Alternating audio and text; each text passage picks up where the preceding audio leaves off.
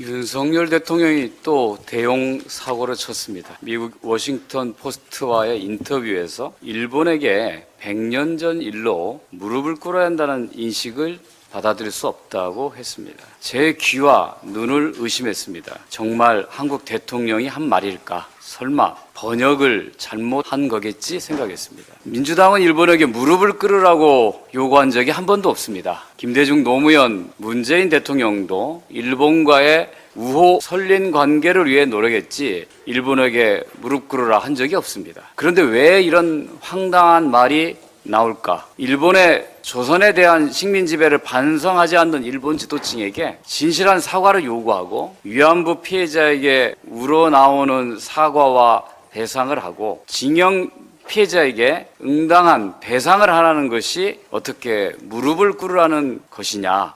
독일의 빌리 브란트 수상은 이스라엘에 가서 나치의 전쟁 범죄에 대해 사죄하면서 스스로 무릎을 꿇었습니다. 우리는 일본의 이런 모습을 보지 못했지만 굳이 요구할 생각도 없습니다. 지금까지 일본은 한국에 대한 침략과 식민 지배와 독립운동에 대한 가혹한 탄압과 잔인한 학살에 대해 진정한 사과를 한 적이 없습니다. 아니 오히려 일본의 조선 합병은 적법하게 이루어졌으며 일제 지배는 식민지 수탈이 아닌 조선의 근대화에 도움을 줬다고 강변하고 있습니다. 노동조합은 때려잡고 야당은 무시하고 야당 대표는 감옥에 집어넣으려고 난리를 치면서 왜 외국에 나가면 저 자세인가? 일본은 무릎 꿇으면 안 되고 한국은 무릎을 꿇어야 합니까? 역사인식이 삐뚤어지고 국가관이 잘못된 윤석열 대통령은 정말 대한민국 대통령이 맞는가는 의문이 생깁니다. 외교는 나라들끼리 서로 편먹고 끼리끼리 하는 게임이 아닙니다.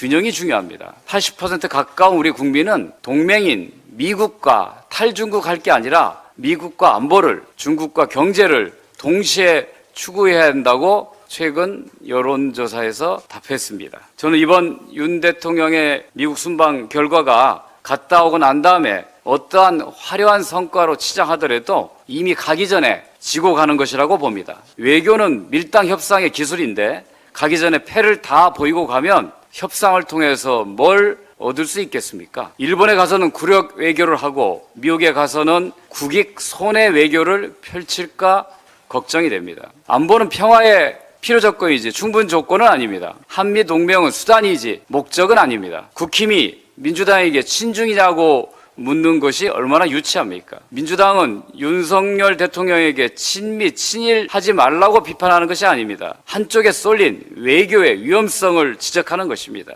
윤 대통령의 방미 성과는 안보 동맹의 강화가 아니라 경제 실익으로 나타나야 합니다. 국내 정치는 선과 악의 구분에 따라 노조를 때려잡고 마약 사범을 근절하고 야당은 뿌리를 뽑으려고 달려듭니다. 국제 정치는 미국 편이냐 아니냐로 가릅니다. 문제는 세상이 단순하지 않다는 것입니다. 세계를 선과 악, 네 편, 내 편으로 나누어 보면 단순하겠지만 세상은 훨씬 복잡하고 다른 나라들과의 관계는 매우 복합적입니다. 지리적 여건이 다른 미국의 인도태평양 전략과 한국의 인도태평양 전략이 어떻게 같을 수 있습니까? 한국은 대륙 전략과 해양 전략이 같이 가야 합니다. 미국의 인태 전략은 중국 포위 전략입니다. 여기에 우리가 가담하면 우리를 적대시할 수밖에 없습니다. 그를 통해서 우리가 얻을 수 있는 것이 무엇인가 고민해야 합니다. 우리 국민은 전쟁 없는 평화를 원합니다. 전쟁을 통해서 승리해서 얻는 평화는 폐허 위에